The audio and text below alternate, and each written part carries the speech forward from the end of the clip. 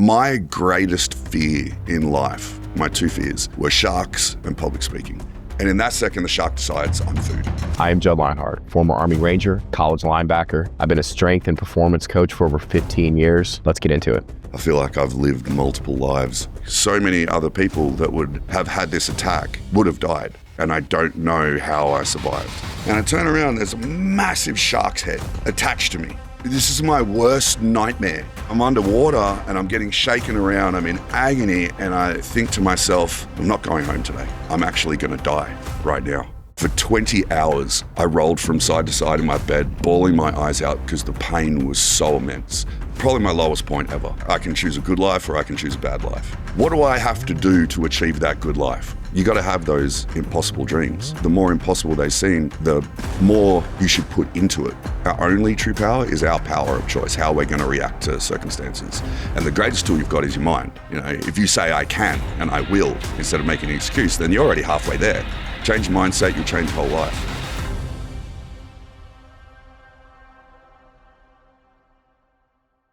All right, so one of the very cool things I get to do as part of this podcast is sit down and talk to people with amazing stories and have overcome incredible odds to get to where they are today and survived and thrived through things that would have killed most people. And today is the kind of the epitome of that with Paul de Gelder, a guy who survived a horrific shark attack, had an amazing story before that, not only survived that, but went on to become an even more amazing story and inspire other people. So it's truly an honor to get to talk to you today, man. And I've been stoked for this for a long time. And I'm excited for the next hour to hear about your story and to hear, you know, what you've done and the techniques and methods you use mentally and physically to live an amazing life despite the challenges and the trauma that you went through. Thanks, man. It's definitely been an adventure. It hasn't been boring. I feel like I've lived multiple lives in 48 now, and it just keeps getting better and better. It blows me away. All the cool stuff I get to do, like I can't believe it. Like I get to walk in the footsteps of people I grew up watching on television. You know, people that you would know, like Steve Irwin, but others you wouldn't know, like Albie Mangels, the Leyland brothers, Ron and Valerie Taylor, Sylvia Earle, all these amazing people that travel the world and share their passion with people through the lens of television. And now I get to do it. And I'm like, how am I living my dream life? It's so weird. First of all, we're standing up today because you suffered another pretty bad injury. So people aren't weirded out by that. So I'm a glutton for punishment, man. Double herniated disc in your L5-S1 area? Yeah. So I got it sitting down on a boat and I was facing the other way. I didn't see the waves coming and just bang, it like compressed my back. So sitting is an issue. So now we're doing a podcast standing, the first one I've done. Bro. And you said it would affect both sciatic nerves, but you had one ripped out by the shark. Yeah. So small blessings, man. It's immensely painful. I've talked to a lot of friends and apparently it's quite common. A lot of people have had it. I don't know how they get through it, man. On that gabapentin to block the nerve pain while I'm trying to fix it. I just started taking peptides. Today's the first day I haven't been able to take it because I didn't want to fly with them because I only had carry-on. But hopefully they're going to work, doing some Rolfing treatment and stuff to release everything up. My piriformis is like that, bro. It feels like a leather strap in my glute. So I somehow got to get that released. Fucking horrible, man. Yeah. And I'm trying to travel, like sitting's painful and I'm on planes, I'm in Ubers. Yeah, you told me your schedule coming up, man. It's pretty nuts. Yeah. So let's start with what you do now, and then let's go into your backstory after that. So what are you into right now? Like, what are your current projects, and what are you doing? I'm doing a lot of stuff. I'm in Texas because I'm speaking at an event. Well, I spoke yesterday. Incredible event, beautiful stage, standing ovation. Like you can't ask for more as a speaker to be able to take people on an emotional roller coaster and they connect with that story, and then they appreciate it so much they stand up and give you a round of applause like that. That warms the soul. So I'm doing speaking, traveling America, traveling the world. I got a trip to the Netherlands coming up, which is going to be amazing. And I'm also hosting Shark Week on Discovery Channel, which is, it's a lot of fun. It's honestly pretty scary sometimes, I'm not going to lie. I don't know if anyone on television has a more dangerous job than what we do on Shark Week sometimes. It's pretty crazy. Some of the shit that I see you do, man, still to this day blows me away. Yeah, I did some crazy stuff for this year as well. I don't know if I'm allowed to talk about it, but I will. If I get in trouble, I get in trouble. We did a show called How to Survive a Shark Attack. And so we're running through multiple scenarios in which people would and have been attacked by sharks and what you can do to not die, basically. Yeah. And so I had to we had these like special made prosthetics for my arm and my leg, and I had to have them ripped off my body by sharks. So I'm on scuba at the bottom, big 12-foot tiger shark comes up, and I have to get it to rip my arm off while I'm wearing it. And like, it's holy shit, bro. Like, I don't know what goes through these people's minds in production and Discovery Channel, where it's like they're pitching a show, How to Survive a Shark Attack. Let's get the guy that's already been attacked by a shark to do it. Like, is that not going to trigger him? Yeah, I was going to say, it's not going to traumatize him. I'd have to look at it. Well, it doesn't. Like, I don't think I really have bad PTSD. I'm sure I have it to some degree, but I don't have flashbacks. I've never had nightmares. It doesn't really affect me like that, but they don't know that. Yeah. So right now, motivational speaking, acting, live acting that you're doing, and a lot in the water, especially. A lot of diving, a lot of time on boats at sea. I love doing the acting thing because I don't have to risk my life when I turn up to set. Yeah. There's other people to do that for you. And I haven't been doing I'm not doing big roles or anything. I did a mini series in Australia called Fighting Season about some veterans and active duty soldiers. And that was really cool. I got to work with some really good actors, and they gave me online lessons with Nicole Kidman's coach. So I picked up a lot of cool stuff. And then I came out here and I just figured, why not try everything? I'm in a very fortunate position where I don't have to go to a job every day. You know, I'm on contract with Discovery Channel. They pay me a bit of money. Speaking pays me a bit of money. And so my spare time, I can actually go and try new things. And so I thought, why not give the acting a go? Yeah. I don't see a lot of representation of amputees, really, on television, in movies. And I can't really think of too many. So I thought, give it a crack, see what happens. Not a lot of roles for one-legged, one-handed dudes, but we'll give it a crack. Be a fake shark attack victim. Yeah. Well, I did you had Wes on. I got to do a movie with him for Johnny Strong, the sequel to War Horse 1, which I don't know when that's coming out, possibly next year, maybe this year. But for that, we just put a glove on. I was wearing long pants, I could do a role where I don't have to be an amputee, and that's kind of cool. Yeah. Got another role coming up about human trafficking. That's going to be awesome. I was supposed to be in Virginia Beach at the moment doing a movie called Pirate King with Rob Riggle, but my role got canned because it wasn't actually in the movie to start with. But I met the producer. He liked me. He's like, I'm going to write you in, and then it got canned. So, you never get your hopes up too much in this industry. I did. Oh man, I can't imagine. I almost had my own show. It was called Fearless, and I was going to travel the world and embed with these incredible people that risk their lives and go through their training, go on active missions. Dude, I'd with watch them. that. Holy it shit. was really cool. It was for Xbox, and they actually gave us the green light to do the pilot episode. So I went to Africa. I was hanging out with my friend Damien Mander, who is also a clearance diver like me in the Navy.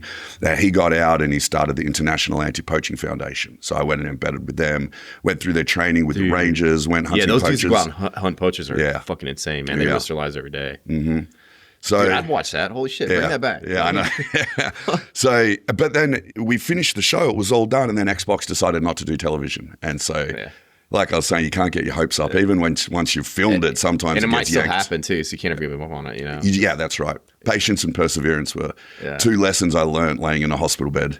Dude, so let's get into that. Let's talk about your life before, first of all, like what you did leading up to that, because you were an incredibly successful, accomplished person before this happened as well. Oh, I don't know if I'd say that. I was a bit of a train wreck, really, growing up. Just standard story for a lot of people. Was skinny, got bullied. I was self-harming for a while. I was at home. I used to slash my arms up with a really blunt hobby knife I had. It felt like that was the only control I had in my life. It was very strict at home. I was in an all-boys Catholic school, so I was very strict there. And then I started doing kickboxing. I knocked out one of the school bullies with an elbow because he called my mum a very rude name. And then no one picked on me anymore. But then you hit 15, 16, you discover girls and drinking and smoking and marijuana. And I just went, raw. And this is in Australia, right? This is in Australia. What part of Australia? The capital of the country, Canberra. Okay. It was... Wait, the capital's not Sydney? No. Back then it was a pretty boring place. And so you just kind of got into mischief. And during that period, it was very violent on the weekends. Fortunately, it wasn't a knife culture. We didn't have guns or anything like that. But there was a lot of fist fighting. Really? And a lot of it was interracial. You know, the Aboriginals would fight us, the Tongans would fight the Samoans, No way, the Macedonians would fight the Serbians, and then everyone would also just fight each other. And it's just rolling brawls through the city every single weekend. So you learn to look after yourself. And then I flunked high school, got kicked out of home. I was just setting a really bad example for my two younger brothers and my sister. And my parents just had a gutful. And my dad, I was never home. I was always out with my friends. My dad called me up one day and he said, come and get your shit and fuck off. I'm sick of your shit. And honestly, it felt pretty harsh, but I see now, it's, hindsight, it was probably the best thing he could have done. That tough love. Is your dad still around? Yeah. We've made up. He's a good guy. He's living on the Gold Coast with his Chinese wife, Ping Ping. Yeah, he's good. They just go walking down the beach and swim in the pool and stuff. He's a good guy. So we made up with the family, but I was just so lost. The one thing that I wish I had been given was more guidance, more idea that there was a lot out there in the world that you can do, you can accomplish. I didn't really see many occupations. Like you can literally do anything and make money. And so I was lost. I didn't have purpose. And so I was working as a kitchen hand, washing dishes. I was working in nightclubs as a bartender, living with some guys from the bar. And then I went to a farewell for a friend who was getting kicked out of the country because he was getting into too much trouble. And I got jumped by 20 dudes. They were, I don't mean to sound rude, but they were younger Asian people. So they weren't super big. I did get knocked out, but I pulled myself together, escaped there. And I just went home, man. And I was like, I can't continue living like this. I'm going to be dead or in jail by 23. There's some lessons there, man. Because I talked to so many people who have done amazing things like later in life that start out with a similar story to you. And so we see these kids doing jobs like washing dishes or with petty criminal records or, even some violent history and stuff like that. And we just assume that we don't see the potential that's potentially there. They have a lot of passions.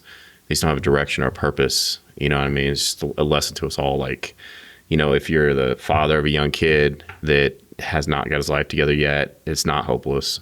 Or if you're, one of these people that are struggling to find your way, it doesn't mean that you don't have value or worth or potential inside you. You know what I mean? Yeah. So many people there's a lot of energy there. They just don't know where to put it. Yeah, that's exactly right. Yeah. That's why I talk about when I do my presentations, I backtrack a little bit and tell that story because either people in the audience have been through it as well and they can identify and then I get a good connection with that person, or they've got kids that are going through it right now as well and they just need to know exactly what you were saying. Like, don't give up on them. These people that are struggling right now, which is what they are, when they're going through those tough times, they're struggling. It's not that they want to be bad. They're just trying to find their way in a world that, especially now, there's so much pressure on them. And so I just want to give them, the parents, a little bit of hope. Don't give up on them. There's nothing wrong with a bit of tough love. Just give them the guidance that you can, that they'll listen to, and just love them. Yeah. Show them that you love them and you'll always be there for them.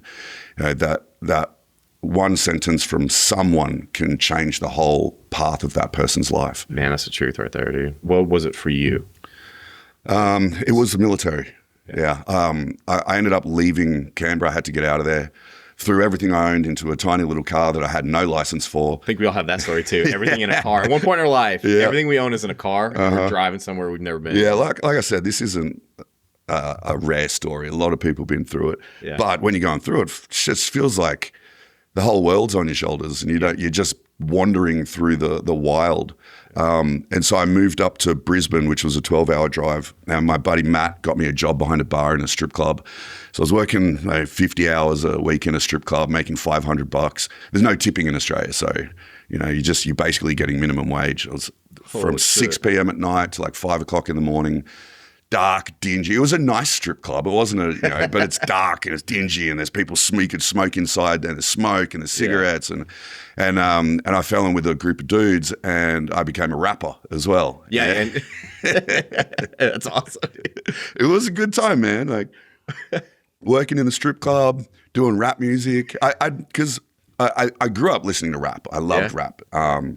And so in my spare time, sometimes in school, I used to write poems about suicide because I wanted to die. I didn't want to exist, but I didn't want to do it. I was brought up in the church. And even though I'm not very religious now, I was always told that to kill yourself is the cardinal sin. It's throwing the gift of life back in God's face. And so I could never do it to myself, but I always thought about it. So I used to write poems about suicide, and that kind of helped me. Well, when I started doing rap, I was just writing, and I felt it very therapeutic to write and get stuff off my mind and stuff. But then, the big song that I did was about smoking weed and having sex. So it was a good time. We opened up for Snoop Dogg in 1998. No shit. So you guys were successful, pretty successful. As far as rappers in Australia, not a lot of money in white rappers in Australia in 1998, and so it's a niche market. But we were running nightclubs. We were doing a radio show on the community band, and we were just hanging out. And I quit the strip club to focus on the music, and then it all just fell apart. Like you were saying, I don't know if this is on camera or not. It feels like you've lived several lives, right? It does. Already 2 lives lived there, 2 or 3. Yeah. You got to be able and willing to change and move with your environment. And if you don't, you're not going to grow. And there's moments I look back on my life that I really regret, like the year and a half after getting kicked out of home, and I was just useless. I was sleeping on my friend's couch. I was eating their leftover food. I was smoking weed and cigarettes, and I was absolute waste of space. I was living in a fog the whole time. And I always regretted those years, but they actually came back to help me when I was recovering. And so the band broke up. I was working in a bar again, just thinking, I've tried to change. I've left home. I started again, and I failed and I failed and I failed. How old are you at this point? I moved to Brisbane at 21. The band broke up I think I was 23, 22, 23. So in hindsight, think how young, but at that point you're like, I've tried so much stuff and nothing's working out. And in hindsight, we were so young still. Yeah. You know what I mean? But it seems like you've already gone through so much, and you've already tried to overcome so much. And it just seems hopeless. But if older people looking back, it's like, dude, you're still a kid. You can do anything you want with your life. Right? Yeah, but seriously. In that moment, we just think, You're 100% there, going, I don't know what to do. And I did flunk out of school because I couldn't concentrate. Yeah. I couldn't focus on what they're writing on the board, what they're telling me, and write stuff in my book and absorb it all at the same time. And I just couldn't do it. Yeah. I couldn't keep up. But I read constantly. I was very well read. We had all the Encyclopedia Britannica at home. I used to read through that and learn about the world, always reading books.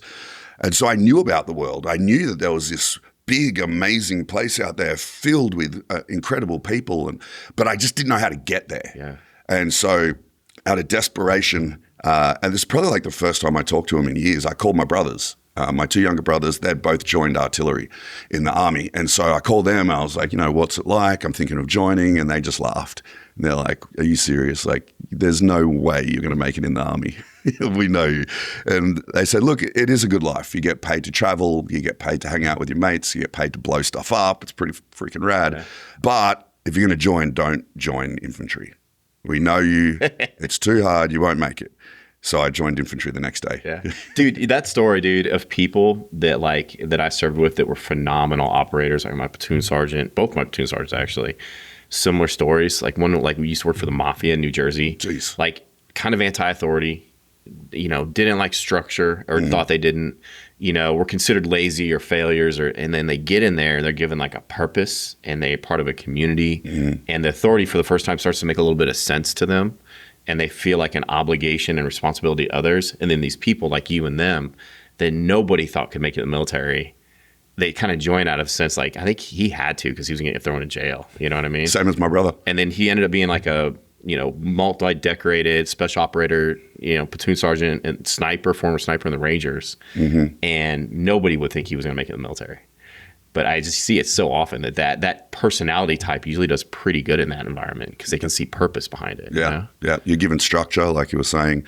You kind of you're told exactly what you need to do. Yeah. And as long as you stick to that, you kind of feel at ease. There's a comfort in knowing that this is all I have to do. I've been trained very specifically to fulfill this role, and now that's all I need to do. Yeah. And it feels good. You get up. Now, to this day, I get up, the first thing I do is make my bed. Yeah. As soon as I've done that, I have breakfast, I go to the gym because that was that's what set me up every day. Yeah. You know, having some of that purpose, being more of like, I don't know if I call myself an entrepreneur, but having that time on your hands where it's like, oh shit, what am I supposed to be doing now? If you don't have that background and you're given that degree of freedom, it usually doesn't end well. You know that. It's very hard for me because I don't know how to structure my time well when it's up to me. Like I'm getting better at it over the years, but I like knowing exactly what I have to do. Same. And I have it written down on my calendar. I have to be here, I have to do that, which didn't work out today because I thought we were doing this tomorrow. I was doing Wes Whitlock's today, but I think I was on a high from speaking at the event last night, and me and Wes got on and we were having beers, and I was just like, this is the first day I've had to relax and have a beer and chill in a couple of weeks. So my brain was just on pure relax mode. I forgot everything. But no worries, by the way. Thanks for making it happen. And then I come in with my busted back, and bro, you got to make you stand up. You got to move furniture. The camera won't work. It's fucking miserable, man. I've been there. I totally feel you, man. Like I wouldn't wish that on more son of me. That kind of back injury. Yeah, it sucks. Yeah. So the military, I joined the infantry. That was hard for going through boot camp. That was quite hard. My I rebelled against discipline my whole life. And then all of a sudden I voluntarily surrounded myself by the most disciplined, crazy people on the planet. And I struggled with a lot of stuff. Like I hated doing parade marching and doing all that shit. And, up in the morning, you got 15 minutes to rake the skin off your face, make your bed, do the holes. The first morning we were there, they woke us up with a song playing through the barracks called I Was Only 19 by a guy called Red Gum, I think it was. There's a story about a guy going to Vietnam, his buddy steps on a mine, gets blown up, and as soon as that song ended, they shot blank rounds from a machine gun down the hallway. And, dude, God damn, scared the shit out of me. I mean, a lot of people don't realize Australia has a fairly small population compared to the United States, and they have a very proud military history. Yeah. And dating back to the First World War, at least, and then in World War II, the amazing things they did, like the Burma campaign and things like that. And, even in Vietnam, in their current SAS, Australian SAS operators are some of the best in the world, like highly regarded in that community. So Australia's military is top notch. So. Yeah, it is. We've got American citations for many battles that we had, whether it's Vietnam, Korea, Borneo, World War I, World War II. That's one of the things that I do mention when I speak is like, I will be forever grateful to the military, not for just teaching me how to be a real man and a valuable member of society, but allowing me to wear that uniform that so many amazing soldiers have worn and died in over the years.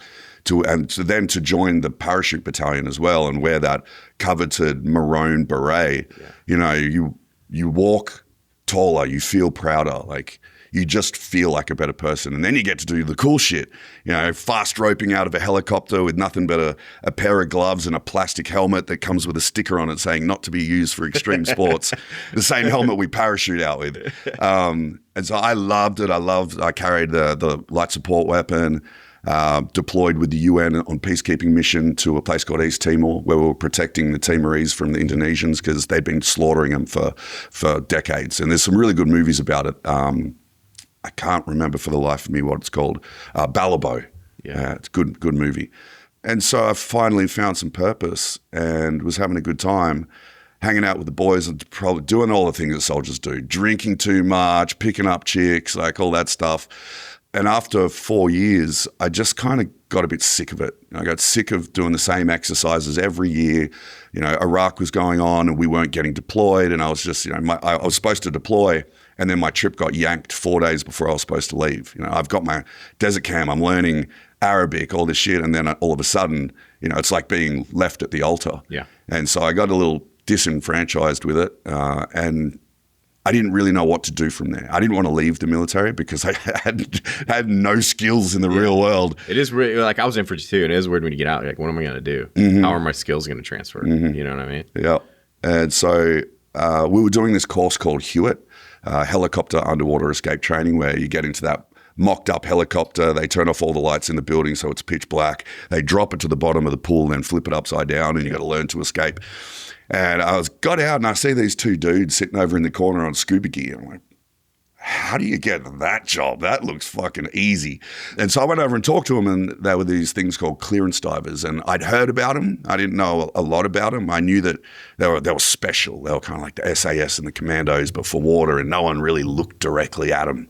Is it kind of like their version of our SEALs, or no? It has some similarities, but SEALs are more jumping out, killing the bad guys and going on missions like that. We don't do a lot of that, but it's very broad. We do underwater bomb disposal, land-based bomb disposal. We do hard hat diving on the tools, do mine countermeasures in the ocean, maritime tactical operations. So, the Draeger rebreathers, middle of the night, all camoed up, doing reconnaissance and shit like that. So very, very cool, broad job. Yeah. Like we were talking about before we got on camera, that's things that in the United States military are divided up between several different specialties. But since you guys have such smaller numbers to work with, you guys, no pun intended, wear a lot of different hats. Yeah. Which is really impressive when you consider the different skill set that each one of those requires, the amount of training you had to go through for each one of those. You'll get sent to a certain element. The whole structure of it has changed now. I guess some officer wanted a promotion or some shit. So it's all changed now into different sort of formats. And I think part of it is actually going to get consumed by the SF community, which is great, which that should have happened years ago. Okay. Like the Navy doesn't know how to use clearance divers. Okay. They don't know our capabilities. They don't understand. Even the people in charge of us, like some of the guys were doing a demo and they're fast roping in and then they're on the guns and doing all cool shit. And the boss who's in charge of the clearance diving unit comes down. He's like, "Well done, boys. That's amazing. I didn't know you were capable of half that stuff." And it's like, so this is why we don't get to go anywhere. So we should have been under SOCOM a long time ago. Yeah. And hopefully they will now. But when I went through the first phase of ship's divers, anyone in the Navy can do that. You go and do a scuba course and learn to do seabed searches and search the hulls of ships for things like limpet mines. And it's super steep learning curve. Like I'd never scuba dived. I was very comfortable in the water because my dad, he was a cop, but in his spare time he was a swimming instructor and quite an accomplished competitive swimmer himself. And so I was very comfortable in the water. And so that was fun, but the learning curve was pretty steep. You had to learn a lot. You had to learn the science of scuba diving and all that as well. And so I passed that and then you go on to, if you want to be a clearance diver, you go on to the selection course for 10 days. It's kind of like buds, I guess, mental, physical, and emotional anguish the whole time. Yeah. Like they're playing mind games with you, waking you up at 11 p.m. to swim across Sydney Harbour and back 5-6 hours in the middle of the night. You might get 2 hours sleep and then it's a half marathon, pack marches, stretcher carries, all that sort of stuff that you see in the movies. I lost 15 pounds, I think. 10 days. 70% of my course quit. Most of them quit on the first day, which was like, I think it was a 4-hour run. And we got back to base at maybe 7:30 at night. And they go, "All right, everybody drink up. We're going again." And then half the people were like, "Yeah, they're not going to do that. They're full of shit. They're just messing with us." And so most of us stuck around. And they're like, "All right, let's go." And people just started throwing in there. It's funny, they quit before nobody ever quits in the middle of something. It's always like thinking about having to do it. Yeah. And it's funny, Ranger School is the same way, man. Like, it's like 50 to 60% fail rate, but 80% of that is first week. Yeah. It's like most of the people drop out first week. You know what I mean?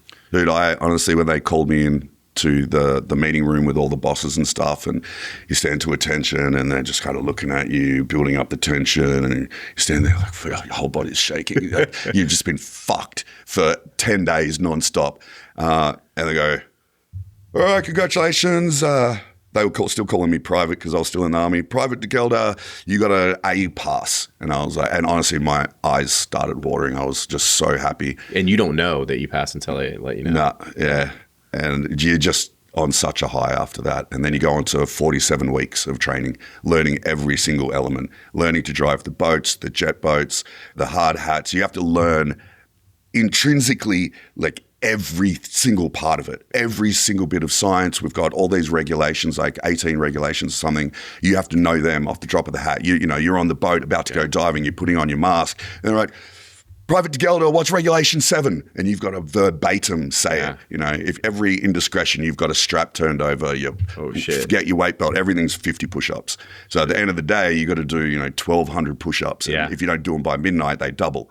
Holy shit. Yeah. But fortunately, I was very good at push-ups because I weighed nothing. Yeah. I could just do push-ups all day. But so my arm does this weird thing where it just starts beeping. It's very awkward on the plane. People think I'm going to explode. I'm sitting at the airport. My hand runs out of battery. I'm plugged into the wall. Security are like, what the fuck is going on here? Just put like a big clock on it or something that ticks. Yeah. Past that, became a clearance diver. Probably the proudest day of my life that that train wreck of a human being that, couldn't do anything, was doing something that so many other people couldn't do. Yeah. It gives you the confidence to help you get through a lot of things in life. Yeah. Because, if you can get through that, you can make through about anything. Right? Mm-hmm. And very different to being an infantry soldier where you're only a leader once you start getting promoted and stuff. You're kind of a leader within your sections and stuff, but this was everyone is a leader. Yep. Everything is on your shoulders. Yep. You help out your mates, whatever you can do. You do it with a smile. You work until the job is done. There's no quitting. There's no knock-off time. There's no going home. You just have to be 100% embedded in the job that you're doing. And so that taught me a lot. That taught me that leaders, I grew up being told that leaders are born. You can't learn to be a leader, and that is absolute bullshit. Mm-hmm. I had to learn how to be a leader because I hate to use the term alpha because it's so stupid, but everyone there was like a leader, and yes. I felt so far out of my depth, and so I just had to work. I don't absorb knowledge very well. I have to do it what we call parrot fashion. Over and over and over and over. I have to watching that movie, Men of Honor with Cuba Gooding Jr., where he was in the library every day trying to learn the science. That was me, in the books all the time, trying to learn it. So but when it's funny because then you get to the teams and it's easy until you're on the job. But most of the time, it's not like America. I was hanging out with Wes. He was like, 90% of my time was spent overseas. I was doing this, I'm doing that. I was like, 90% of my time was at the base. It is, yeah. If you're in a country that doesn't deploy on a regular basis, it does get frustrating because you're so highly trained and looking for, it's not just about killing people, just looking for reasons to do your job. Yeah, exactly. Yeah. Once again, purpose. Yeah, and so I loved it. I did love my job. We got to do some really cool stuff. Went on some rad trips up, we call it up top, all around Southeast Asia. It's funny because in Australia, the further north you go, Americans, we kind of have it backwards. We hear north, we think cold. Yeah. In Australia, if you go north, it gets tropical, right? So is Brisbane north? Brisbane's north, yeah. So that's much hotter than Sydney or... Yeah, Australia's a huge place, man. Brisbane's still kind of South Queensland, so that Brisbane's the capital of Queensland, which is a huge state. And you go, the further north you go, the hotter it gets, the more tropical. That's where the crocodiles are. That's where a lot of the snakes and the deadly jellyfish, they're all up north. So if you ever want to see real Australia, you go into the country or you go up north. Okay. Sydney is a beautiful city. It really is. It's all on the water. You can go to the most beautiful beaches in the world. I do miss that about living in America. Yeah. But you go up north and you see real Australia. We lose tourists every year because they ignore the crocodile signs. They go swimming in the billabongs, and a lot of Americans don't realize a billabong is not a brand. A billabong, billabong is a body of water. They just use that term. Dude, and so, who the fuck would ignore a crocodile warning? Europeans. Fucking insane. But even they'll be on ATVs sometimes crossing water and it'll be up to the wheels. 20-foot crocodile will come out and snatch them off. Holy fuck, dude. That's crazy. They're insane. I did a show called Sharks vs. Crocs where we went up north to Darwin and caught crocs in the middle of the night. And they are scary animals. Holy shit. Legit dinosaurs. You pick them up. Their feet are bigger than your hand and it's just, they want to eat you. That's fucking crazy. Yeah. So anyway, just doing clearance diving, loving life. But after 4 years, I was also kind of at that stage where I was with the Army. They wanted to promote me. I didn't really want to get promoted because as soon as you go up to leading seaman, you're supervising and you're not doing the diving and stuff. And that's what I loved. Everything else was I would get through, but being underwater was my favorite thing, doing the job. And so I didn't know what to do, but I was still happy, living in Sydney, living down at Bondi Beach, going home from work every day on my motorcycle, shirt off, shoes off, running laps on the beach, going for a swim. It was a great life. And then you turn up to work one day and a fucking shark eats you. Happens. Yeah, man. So let's get into that. At the time were you a diving instructor? This is after you became a diver. Yeah. This is 4 years. after becoming So a you were clearance still diver. in this job when this happened? Yeah. So I was at work. We were doing counterterrorism exercise. It sounds cool. It wasn't cool. The R&D department of the military were testing new equipment, unmanned video and sonar. So the goal was they could put this equipment anywhere around the world on a wharf or on a boat, and the automated video would detect attack swimmers on the surface coming in to put bombs on the ship. The sonar would detect attack divers. So we were pretending to be the attack swimmers. Okay.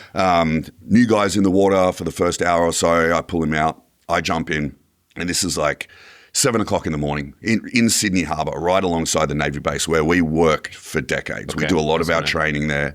You can see the Opera House and Sydney Harbour Bridge. So is it, in your line of work, is it common to see sharks? Like when you're down there swimming, you don't see them very often? Or what? Most of our work is in water where you can't even see your hand in front of your face. Okay. But they're around often. And We knew they were around, yeah. And are shark attacks common at all with what you did? No. Yeah. There are, I don't want to say a lot, but we do have shark attacks, and we have a lot of deaths because most of our shark attacks are great whites. Yeah. Yours is a bull shark, correct? Bull shark, yeah. That's what the scientists said anyway. I don't really remember. They looked at the teeth marks in my leg and my wetsuit, and that's what they surmised. Plus, they know the bull sharks are in Sydney Harbour. You never really see them. And so my greatest fear in life, my two fears, were sharks and public speaking. Like, I quit an IT course when I was 19. I was trying to follow my dad into IT, trying to jump on another life raft to get some direction. And I was 3 months in and I couldn't keep up. My dumbass, I don't want to do certificate 1. Let's just go to certificate 4. Then I can progress and finish easier. Could not keep up. Trying to learn structured query language and DOS and all that crap. Holy shit. But it got to the point where we had to speak in front of the class every week. And the first time I did it, I'm sitting in class and these guys are using PowerPoints. They're all older people that have jobs in IT and shit. And so they're giving lectures and I get up there. I just plagiarized some shit on hacking that I read in a book, and my hands were shaking, my body was shaking, my face was red, my eyes were watering, and I finished and I left the room and I never went back. It's funny how in life, whatever our major fears are, sooner or later, we're forced to face those in one way or another, right? If you're brave enough to confront it, a lot of times people will shy away from it, and that's horrible. Because that opportunity is there to help you grow and become the person you're supposed to be. The sort of universe directing you into facing this so you can be a bigger, better person. Yeah. And so you had always been afraid of sharks? Terrified of sharks. Really? And everyone in the team knew it. They would put pictures of great whites on my locker and say, "We saw that the other day, Paul." So every time I get in the water, I got sharks on the brain. But I got a job to do, push it to the back of the head, focus on the task. And I'm just on the surface. I'm in a black wetsuit, pair of fins, and I'm kicking my legs. We call it finning. And easy day. 7 o'clock in the morning, February, so our hottest month of the year, but it's still pretty cool. It was overcast. And I'm just kicking along. I'm only in the water for a short amount of time, maybe 5-10 minutes. And I look over my shoulder to make sure I'm still headed towards the bow of the warship. So you're on the surface of the water? On the surface, yeah. And when I'm looking the other way, I just get this big whack in my leg. And it didn't really hurt. I just kind of felt pressure. And I thought, maybe, what the fuck? Why is that the guys hit me in the boat or something? And I turn around, there's a massive shark's head attached to me. Holy and I'm like, this is my worst nightmare. How is this? It took me a second to process because I'd never even seen a shark in real life. Yeah. Not a big one. I'd seen little ones when I was diving, and I didn't know what to do. And then I thought, I've seen Shark Week. I'll jab it in the eyeball. And so I go to move my arm, but I can't. And I look down and I can see a row of teeth across my wrist and across my leg. And every time I pull my hand. So it got your hand and leg in the same bite? Yeah, it got me came up underneath and my hand was by my side.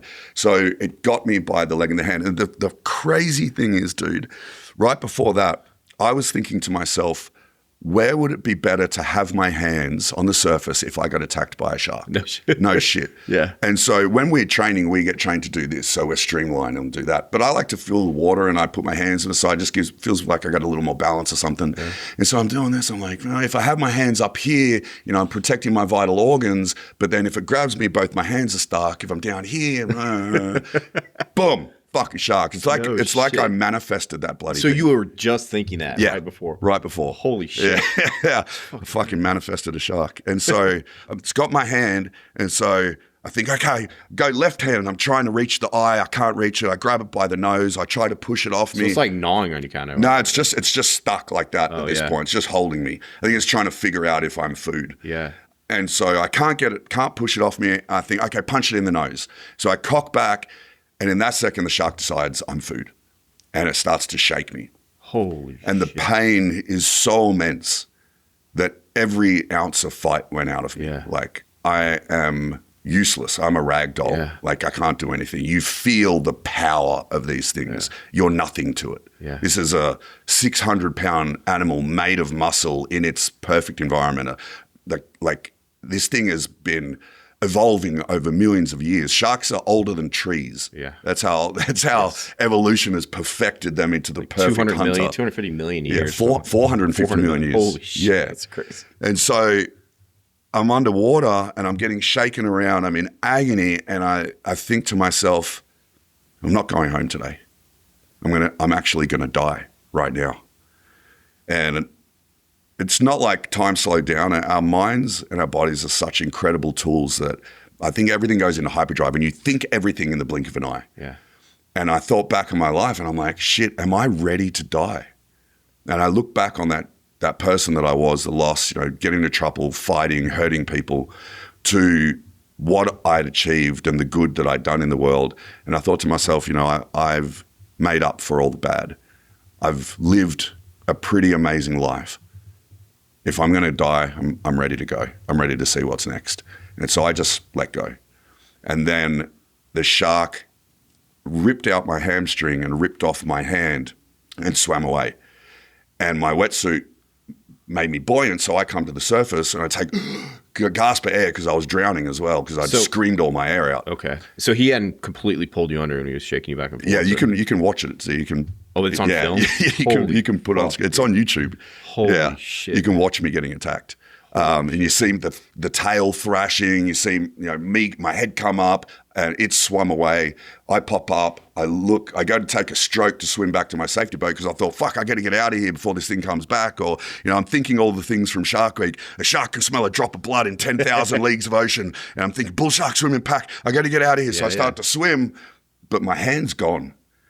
And it ends at the end of my wetsuit, and instantly my medical training kicks in. I've got to keep that wound above my heart. So I'm swimming back to the boat, and I don't know what's wrong with my leg. I just can't feel it. I can't move it. Yeah. And so I'm swimming back to the boat with one hand and one leg through a pool of my own blood, thinking that any second this shark is going to come back and get me. But I didn't think I was going to make it to the boat. And so, but how far away was the boat?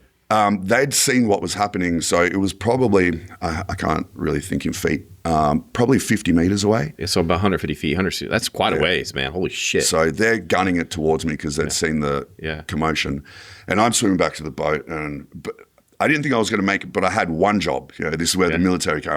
One fucking job, get to that boat. And so that's all I'm doing. I'm not going very fast.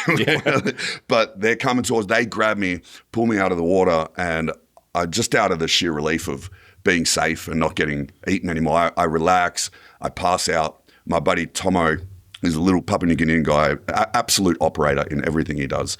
He starts pummeling me in the chest to wake me up, thinking I'm going into cardiac arrest. They said the blood was so thick they could taste it in the air. Oh shit, man. Yeah. So that works. He wakes me up and I look over and my hand's gone. Look up, Tomo's beating the shit out of me. And I remember thinking, today sucks.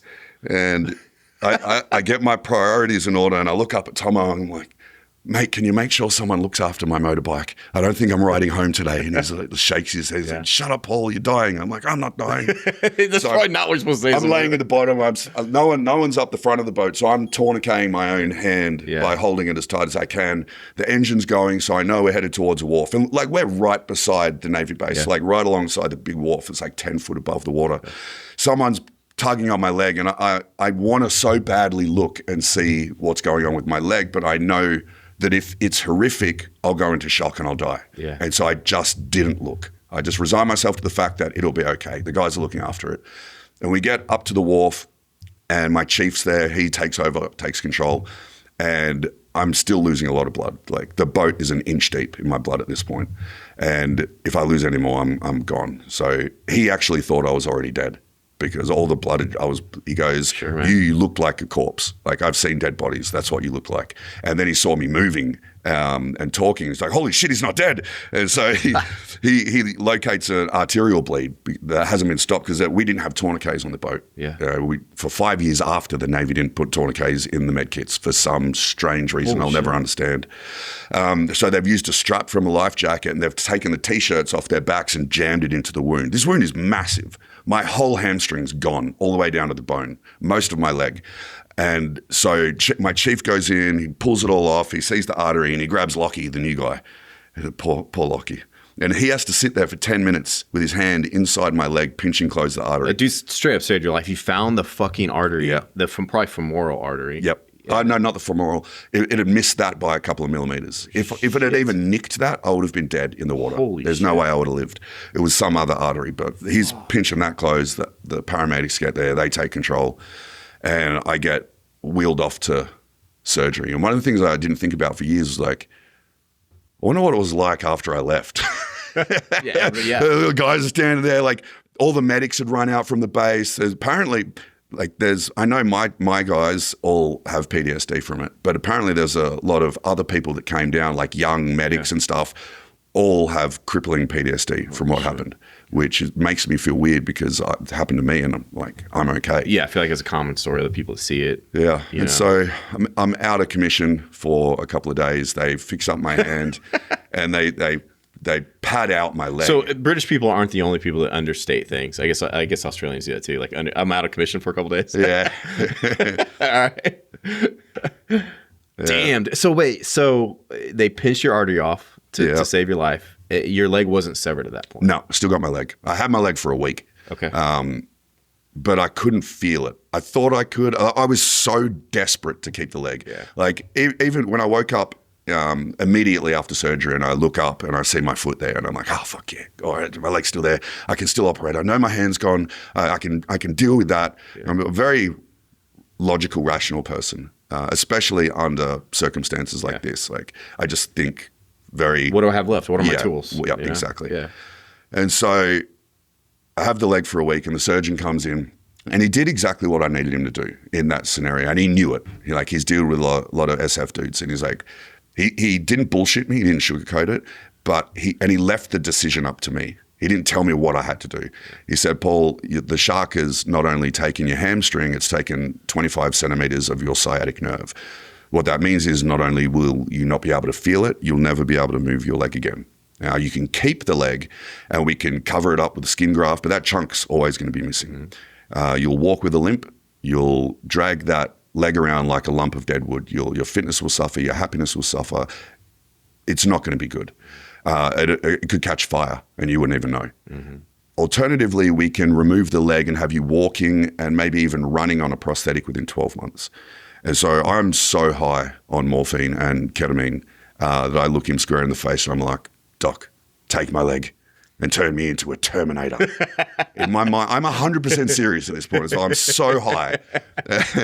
I'm thinking RoboCop, and I didn't know nothing about prosthetics at this point. So you're saying I can have one really strong robot leg? Yeah, exactly. Deal. Cool. Can I put a gun in it? And so he gave me a day to think about it, but I didn't need any time. I was just like, take it. Just let's get this shit done because I've got stuff to do. Yeah. I just want to go back to work. That's my entire focus is my job. And so they take the leg off. And it's really cool what they did because if they removed above the wound, that would be really high up on my leg. And that would basically make me what's called a hip disarticulate amputee, where you don't have a residual limb to put a prosthetic socket on. So you have to wear belly bands and cups around it, and you have to swing the prosthetic from the hip. And I know a few people that have that, and it is immensely hard to do things, very uncomfortable. So they didn't want me to go through that. So what they did was they cut off my foot, sliced open the back of my leg, and I have all the photos from this, like blow by blow. It's really incredible to see. Over the years, I've done hundreds and hundreds of speaking jobs. And over those years, I've had 70 people pass out from looking at it. Yeah. That's awesome. 67 men. Holy shit. Only 3 chicks. I've never had an American pass out. Yeah. I was doing this big job. We've seen The Walking Dead. Yeah.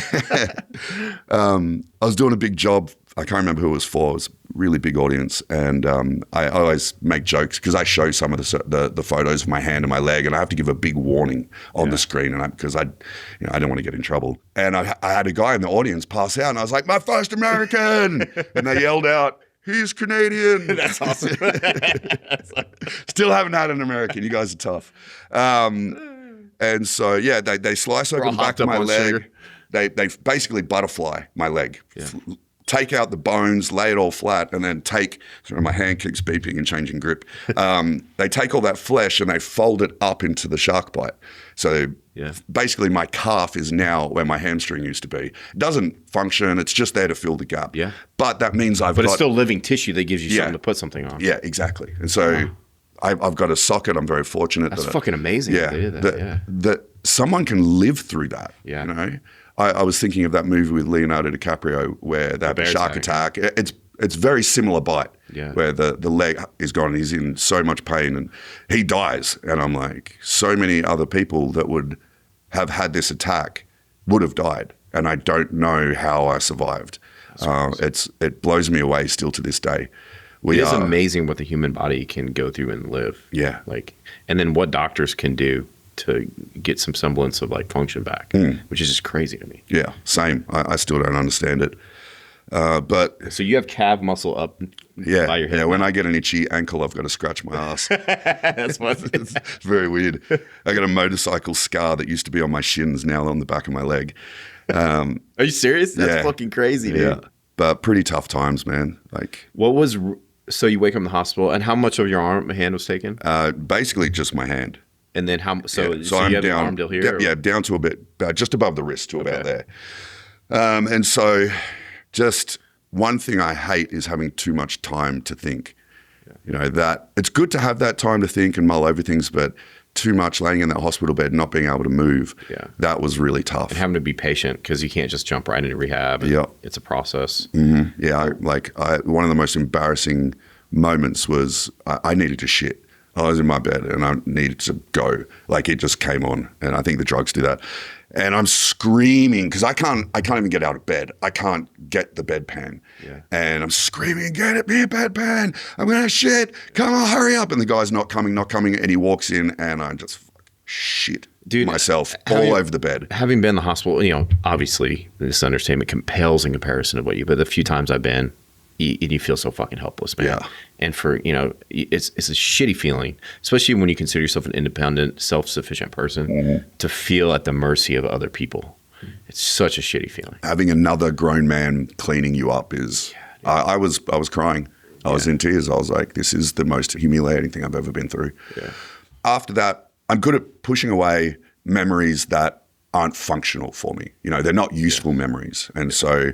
I realized that it's going to be very easy for me to slip into depression, and it's going to be very hard for me to get out of it if I allow myself to do that.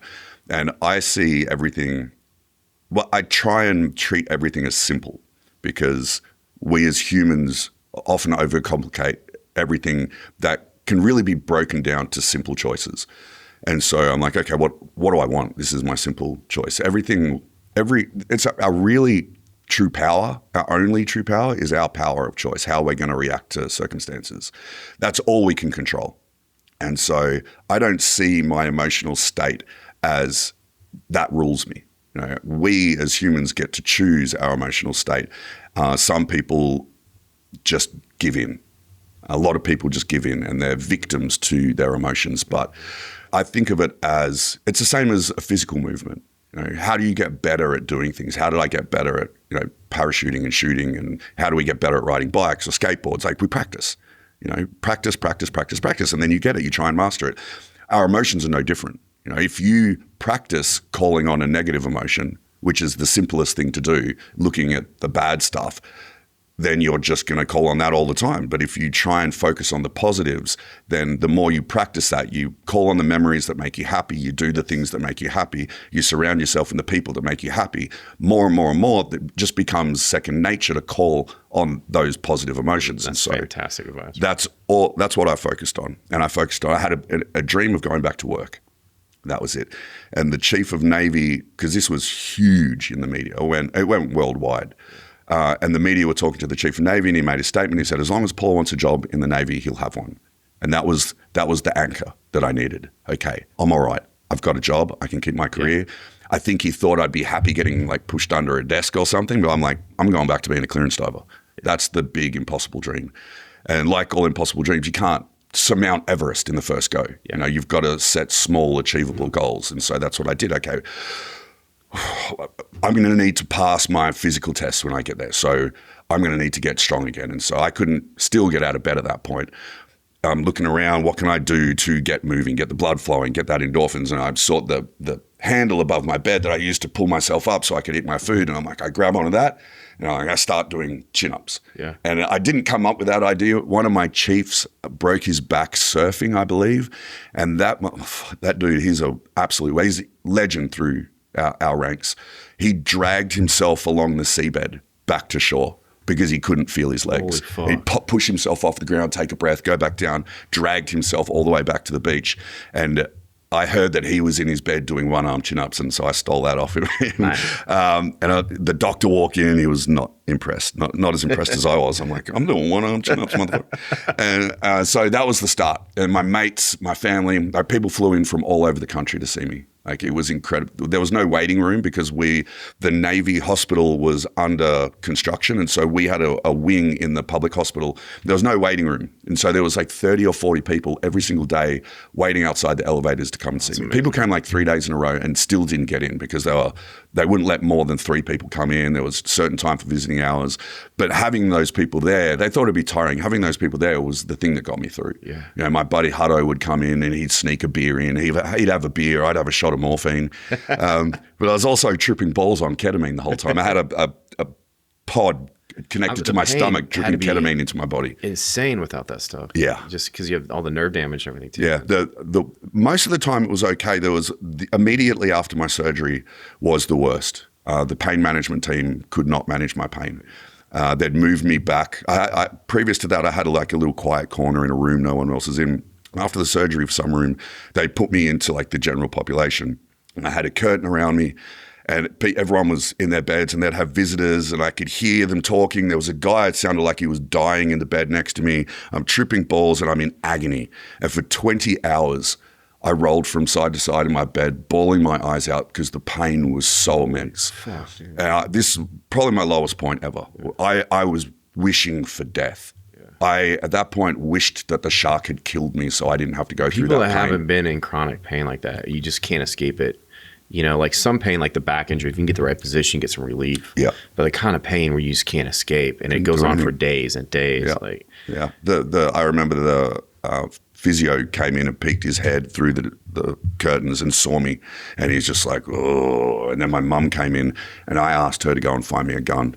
Yeah, I was begging her to find me a gun so I could kill myself. And she was obviously crushed by that. And she told me later, she's like, I was walking up and down the street of the hospital crying. She goes, I threatened to run the doctors over with my car if they didn't stop the pain. And she goes, then I went and got my nails done and I felt much better. Sounds like mom. Well, so did they finally figure out the pain or did it just after 20 hours, it just kind of went away. Holy. And that was when I was laying in my bed going, okay, what now? Yeah. What am I going to do here? Because I have a couple of choices. Like I can choose a good life or I can choose a bad life. You know, back to the simple choice thing. Yeah. And so I chose a good life. I'm like, okay, what do I have to do to achieve that good life? What is my path there? And I thought, well, what did I do every day that made me happy? And I was like, every day I got up, like I was saying before, I got up, I made my bed, and I went to work and I did PT. So I thought, okay, PT. That's what I'm going to do. I got to get some structure into this. And so day by day, you know, mates brought in proteins. I get allergies and I'm lactose intolerant, and people kept bringing me flowers and chocolates. So I bribed the nurses. I give my chocolates and flowers to them. They sneak me double rations. That's awesome. Because I've lost 15 pounds in 8 seconds. It's not a weight loss regime I would recommend. You know, my body had like eaten itself trying to survive. So you see pictures of me in the hospital, I look like a POW. I got no color in my face. So I lose fat, my ears stick out. I had like massive ears as a kid, and I look like that. And so doubling my rations, I'm reading, I'm on my computer doing research, looking at videos of amputees, looking at Paralympians, what are they using? You know, that was really helped me. The fact that I could get online, like we live in one of the most incredible eras ever, where we have the wealth of the world's knowledge in a few keystrokes. You really do take it for granted. Yeah, like, so that really helped me, just doing the research and seeing that there are things out there that can help me achieve what I need to do. So 9 weeks in hospital, I used every second of it to try and get better. They wanted to send me to a rehab hospital after that, but we don't have like a Walter Reed. There's no military rehab hospital. They were going to send me to an old person's place. And I have friends that got sent out there, and they're like, bro, I brought the average age down to about 68. Like, it's just, I lived at Bondi, man. I'm like, I'm not going out there. Yeah, that's sad, man. That's so sad. I'm like, I'm not going there. I'm going home. Yeah. And they're like, well, I'm like, I'm going home. And I just left. I just left. I had my buddy pick me up. I'm like, I'm time to go. What was your training like at first to get yourself back? Like, how did you structure it? I went into the army base. I was so very lucky. Like, I have some of the most amazing friends and people ever. Like, my buddy that I grew up with since I was 10 years old, Brock, he quit his job on the Gold Coast as a chef and came down and moved in with me to act as my carer. That's awesome. Yeah, and it didn't hurt that he was a chef. He loves a beer. And so he would cook for me, clean for me, drive me to the airport the gym every day. And I'll get in there, I've got crutch for my, like, I don't have a hand, so I can't hold a crutch. So I was kind of nestled in there with Velcro, and I'm on one leg. And I'm like, oh shit, what am I going to do? And so that was when that old mantra from Army basic training came into play: improvise, adapt, overcome. I'm like, all right, I can't do push-ups, I can't weight bear on my arm, so I got to improvise this. So I get a bench and I pull that in, I'll put my elbow on it there, and I'll do push-ups like that, because I got to pass the push-up test when I go back to work. Oh, that's awesome, man. You know, I couldn't do curls, I couldn't hold a dumbbell, so I'm like, I don't want to just have one big arm. So I looked online again, and I found this little lifting hook that you use for deadlifts and stuff, and I wrapped that around my arm with the hook hanging down. I could put a dumbbell in it, and I could do curls like that, or I could put it into the cables, I could do flies. I was just doing, you know, if you don't have 2 legs for squats, does that mean you skip leg day? Nah. Never skip leg day. Single leg squats. Yeah, man. so I'm doing pistol squats, you know, just day by day by day. Physically, I was getting stronger. I was learning more I could do. Then prosthetics came into it, and that changed the game. And I still use the same prosthetic weightlifting arm today that I was using in the gym then. Like, it's awesome. So well built by my guy Jens in Australia, one of the best prosthetists in the world. And it just helps you like lift and pull on the weights and everything. Yeah. So this one is very robotic. It's very expensive. So how do they connect that to your nervous system somewhere? So what it does is, this is called a myoelectric arm.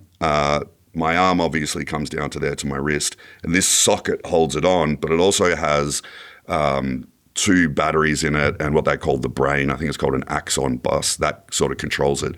And there's a sensor on the top, on the inside, that presses against my forearm muscle. There's one on the bottom.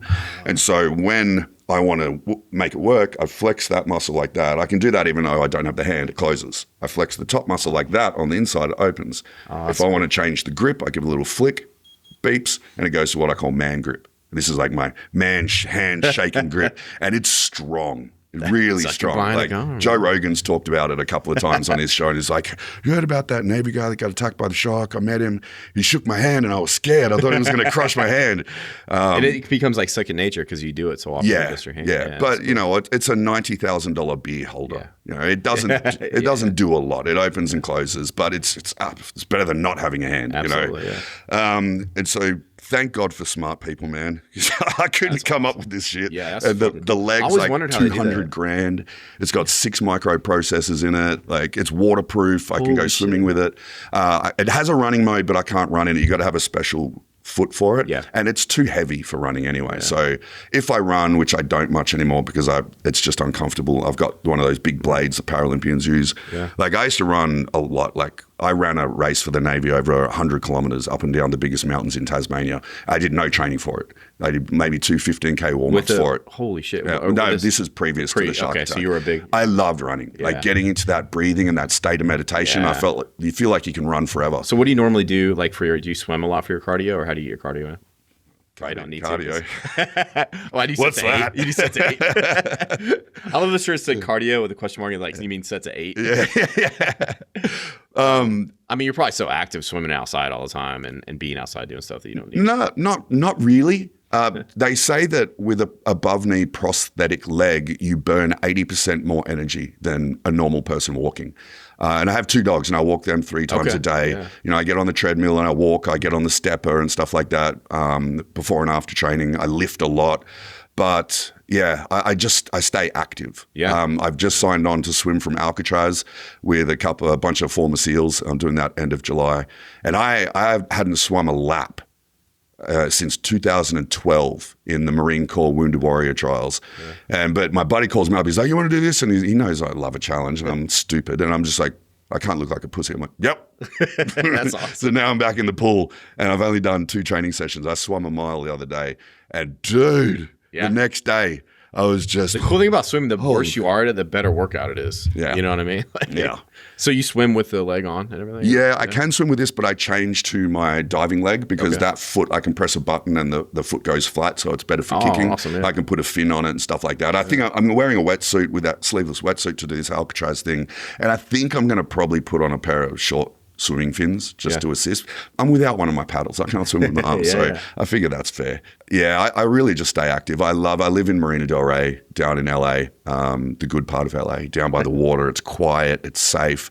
But if you want crazy, you know, Venice Pier is only a 10-minute walk away. Okay. We got all the bars and stuff down there. I train at Gold's, you know, the Mecca. I've been training there 9 years. That's like family for me down there now. Arnold Schwarzenegger says hello to me every morning when he's there. I've got a lot of friends down there that have become lifelong mates. So I'm very, very grateful to be able to rock up to that gym every day. And yeah, I just, you know, once Discovery Channel gave me my contract for Shark Week, you know, that happened. I'd done an interview for them. I think it was called I Survived something. I Survived a Shark Attack or whatever. But I was doing an interview, and then they wanted to do a reenactment. So we went back to where I got attacked, and we're all in a dinghy and they're filming. Like, the bloody stunt guy hasn't turned up. I'm like, I'll do it. They're like, what? I'm like, I'll do it. Like, you're going to do your own reenactment in the place you got attacked. I'm like, yeah, it's no big deal. Inside, I'm like, fuck. Why'd I say that? That's funny, though, that doors open for us all the time. And it's just like a lot of us just don't take advantage of it. You know what I mean? You just took advantage of it. Yeah. I've learned to train myself to do that. Yeah. It's like stepping through that black door in the middle of the night with your parachute attached to you and 150 pounds of sack attached to you as well. And you're just like, all right, let's see what happens next. And you just step out into the blackness. Sometimes you have to do that, man. You have to step into the blackness, right? Yeah. And so I did my own reenactment. I think they were kind of impressed with that. And then they flew me out to LA to do the live talk show that they used to play. And they liked me on that. And then the next year they gave me a co-hosting job. And I had so much fun. The first time I saw a great white, I got to cage dive with great whites. This is the very first time I've seen a great white. And me and the camera guy are on a jet ski in the surf area because the boat can't come in, and we got the camera. We're trying to track this juvenile great white that we saw, and it's somewhere around us, and we're both looking, and Andy Casagrande, very famous cinematographer, he's not looking either. And a wave comes and dumps us both in the water. And I'm like, fuck, no, not again. And so he's like, I'm going to get the jet ski. He swims off, and I'm like, fuck, how do I not get attacked? I'm like, be a log. Sharks don't attack logs. And so I'm just as still as I possibly can be, just going, please don't attack me. Oh, that's crazy. Andy comes back, gets me, scoops me up, we get out of there. And so that was a fun show. And then Nat Geo actually offered me my own show. It was some shark-based thing. It was going to be an amazing show, but then Discovery, my managers are like, we're going to tell Discovery, you know, that you worked with them before. They're competitors.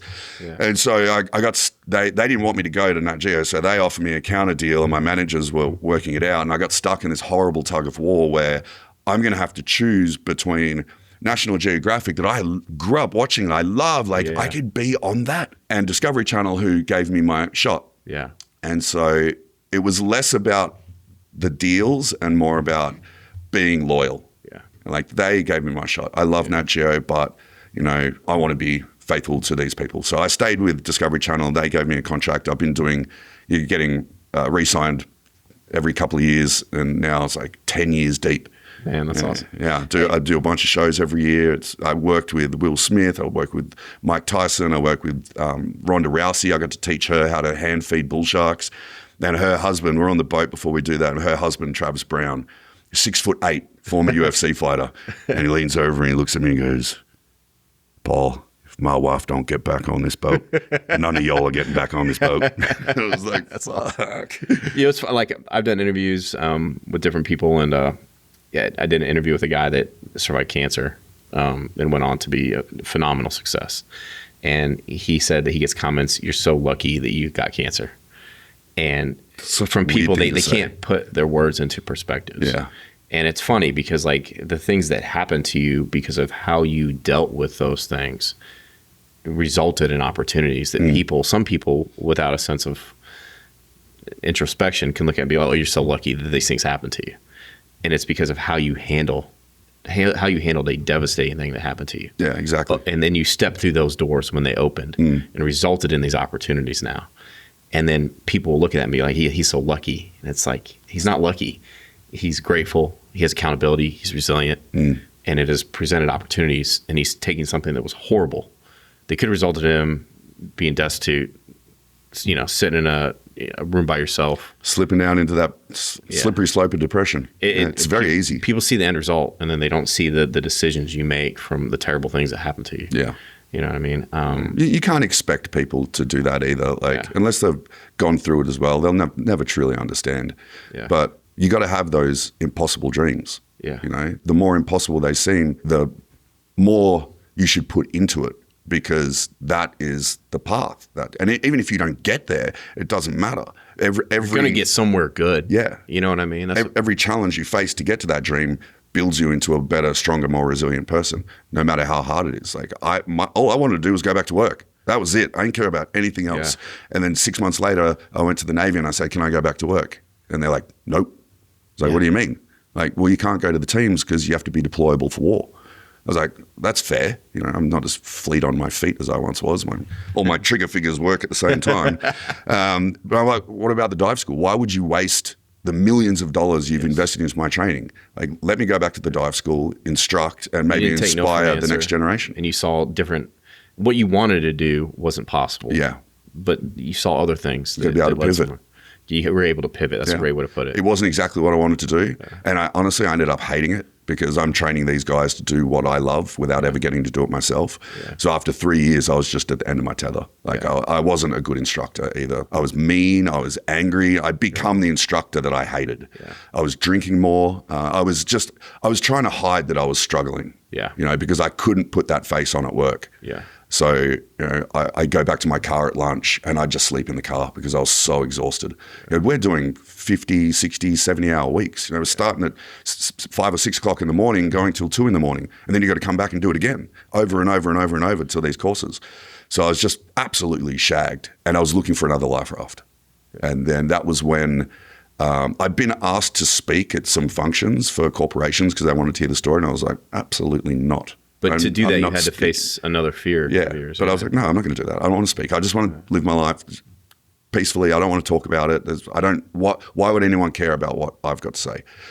And then a cancer camp for kids came along, a canteen in Australia, and they asked me to speak to some of the kids. And I was like, well, you can't say no to kids with cancer. Some people could, though. You know what I mean, though? It's just like caring about more than just yourself, too, plays into that, too. Yeah. People have a heart for service. Good things tend to happen to them. Because I believe in God. It opens up a door to serving other people. You know what I mean? Mm-hmm. And because you've made something good happen from this, and you've been able to turn to other people. Yeah, I think that's one of the big things, the big meanings of life is to learn and to teach. Yeah, And so I went along, terrified. My whole body's shaking.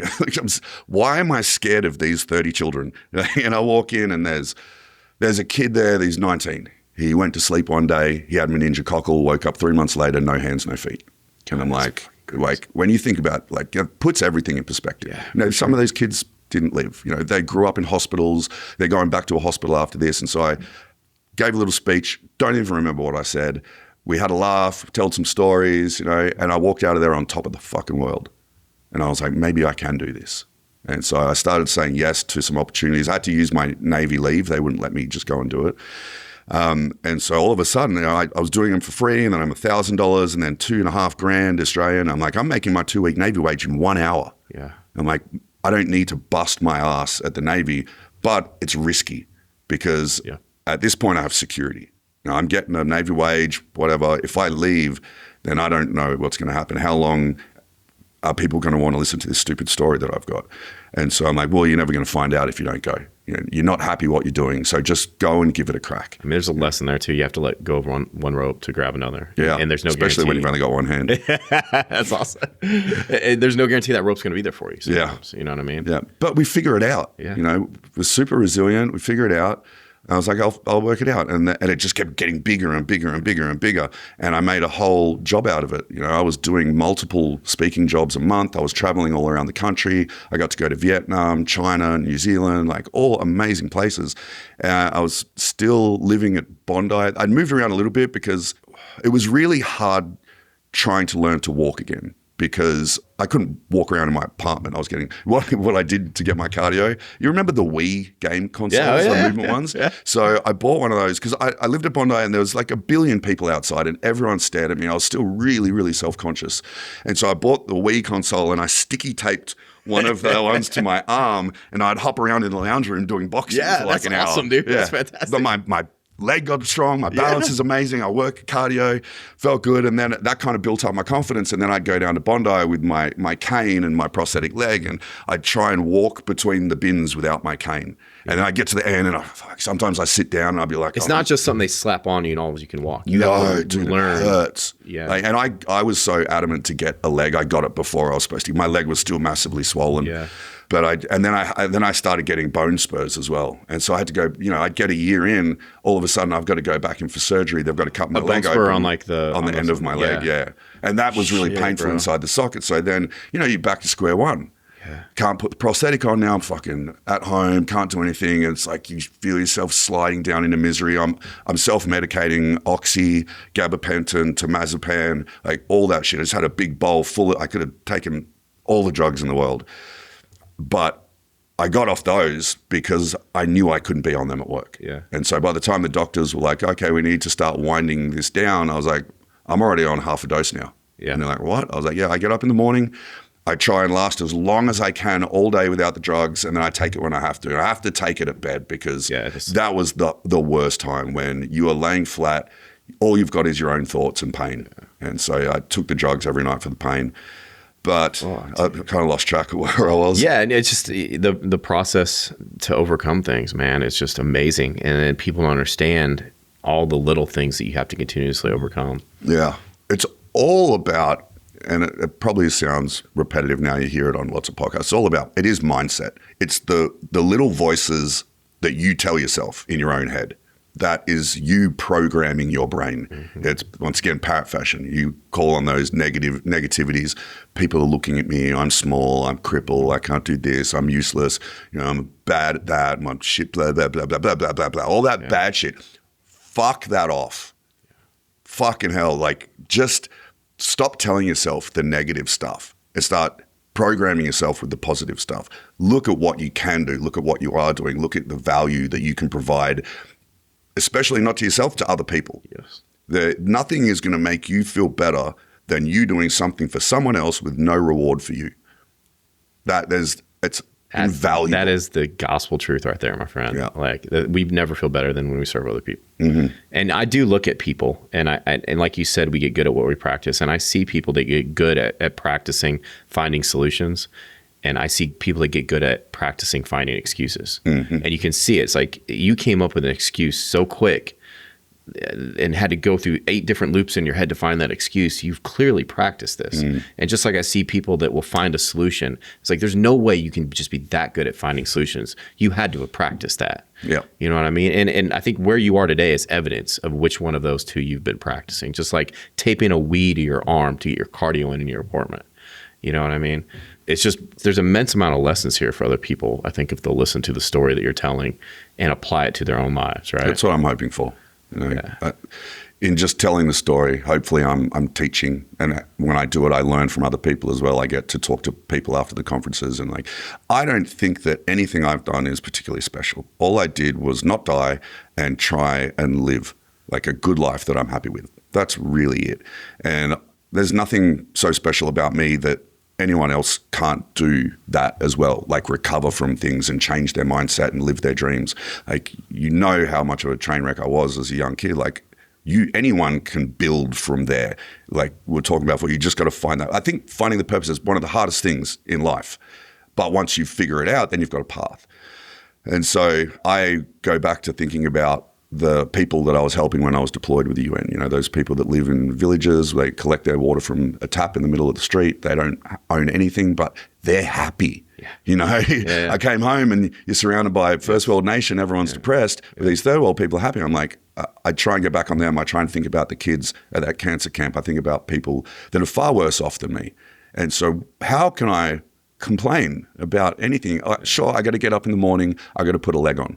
Okay, at least I got a leg. You know, at least I got this amazing technology. Yeah. At least it fits well. It doesn't hurt too much. Unlike other people that won't wear it because they haven't got a good prosthetist that'll make them a comfortable leg. Have you seen those dudes that are like missing a leg? It's like a third world country. It's like one video and the dude's like throwing concrete bags in the truck. Yeah, or they're out there playing soccer on their crutches and stuff. Yeah, people, we can do amazing things if you put aside that negativity and you just do it. Like, sure, it's going to hurt for a while. Just do it anyway. Yeah. Like, there's a lot of things I can't do, like back to the running. I don't like running anymore. It hurts too much. So I'll get my kayak and I'll go out and I'll paddle around the marina. What can you do, right? What tools do you have left, right? Yeah, it's all about the tools that you can get. But you have to know what tools they are. You have to do the research. There is basically everything your mind can imagine probably exists already. Yeah. And so just go and find those tools, like that lifting hook that I use. I still use it. I saw you've got the Mark Bell things down there. Yeah, I've got some of them. I ran into Mark like 2 days ago. I'm like, bro, look at this. I started using those when I broke my hand for the first time and I couldn't grab something, but I can stick my hand through it and then I can use my thumb. Exactly. Because my wrist does most of the work. I mean, all of that started from an injury, a small one. Those tools that you incorporate, they're the things that help you improvise, adapt, overcome. Yeah. And the greatest tool you've got is your mind. Yeah. If you say I can and I will, instead of making an excuse, then you're already halfway there. That's right. Change your mindset, you'll change your whole life. So it works, man. That's what it took me from that one-legged guy in a hospital bed crying in agony to a guy that parachutes into the ocean, dives with great white sharks, hand feeds tiger sharks. If people want to see it, how can they find you on Instagram, first of all, so they can go see some of the stuff you do? It's just my name, Paul de Gelder, on all the platforms. Tune into Shark Week. Oh my God. Airs July 20th. It's on cable, which no one has anymore. It's also on their own platform, Discovery Plus, and now it's on Max as well, which I think is HBO Max. I can't wait to see it, dude. It's a good time. I love your Instagram page, man. It inspires me every time I look at it. I can't believe the stuff you're able to do. Yeah. Well, same. I learn a lot from you because there's certain things I can't do. I've worn out my shoulder, and so I can't really do raises very well. Yeah. I saw you with that kettlebell with the band. I'm like, that looks cool. And I'm doing it. I'm like, my shoulder doesn't hurt at all doing this, Because I have a shoulder injury as well. You've helped me a lot with just posting your stuff. I don't know much about you, actually. Like, this is the first time we've met. Like, I feel like I want to interview you now and get your mindset. Same story. Or not the same story. It's just shark attack, rapper. I survived an attack, but it was a poodle. It's a poodle, but it could have gone sideways. No, it's just same. Just a small town. Didn't really know what I want to do with my life for a long time. Late mature, and have a lot of people in my life that have helped me, coaches and mentors. And are you happy? Very happy. Good. Yeah, and I'm only sad when like you said, I let voices in my head get to me, and I focus on things, and I don't practice thinking the right thoughts. And I call it edge thinking. We live on the edges. We should. Inside, outside edge thoughts. Inside edge are action thoughts. What can I do now? What tools do I have? How do I affect things now? Outside edge thoughts are like visions, wonders, dreams, plans, goals. The middle ground is like regret, worries, anxieties, wondering what other people are thinking about me. As long as I stay away from that middle ground, because middle ground has no traction. So I always like compare it to like snowboarders, right? Stay off the middle of the board. You're either inside edge or you're outside edge, and that'll guide you down the mountain. And that's getting down the mountain on the edges. So I just stay away from the middle, and I'm good to go. Nice. Yeah, I've just picked up snowboarding last year. My wife is from Colorado, so she grew up on the mountains. Her dad was a ski coach, and so she introduced me to snowboarding, and I love it, man. I've got 2 snowboarding legs. Yeah. This guy, Mike Schultz, he's like number 1 or 2 in the world in the Paralympics. He built it because he had an accident, lost his leg, and he wanted to go back to what they call it, snowmobile racing and stuff. So he built this leg, and dude, it's amazing. Just think of like his one unfortunate accident led, because of how he handled it, led to him helping hundreds and thousands of people. Him getting injured led to me being able to snowboard. Yeah, exactly. So.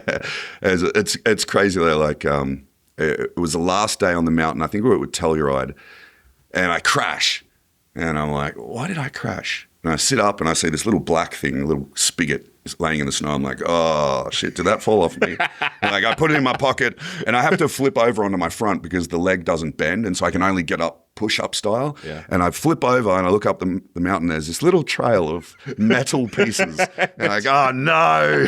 So I gather them all up, and I look down. It's like the thing holding the main Fox hydraulic in it's come out, and so I'm trying to put it all together. And this guy comes down. I'm like, dude, do you have an Allen wrench on you? And he's like, what? I'm like, my leg's falling apart. I need some tools. He's like, oh, he calls in ski patrol. They come down bewildered, and I'm like doing up my leg, and we all go down the mountain together. Last run of the day, I'm just like, I'm on such a high. Yeah. I'm snowboarding down a mountain in Colorado. Yeah. Like, and I'm moving at a speed that I've never moved at before, like in 10 years. Like this is living. This is, I love snowboarding so much. Because literally and figuratively, you stayed on those edges, right? Yep.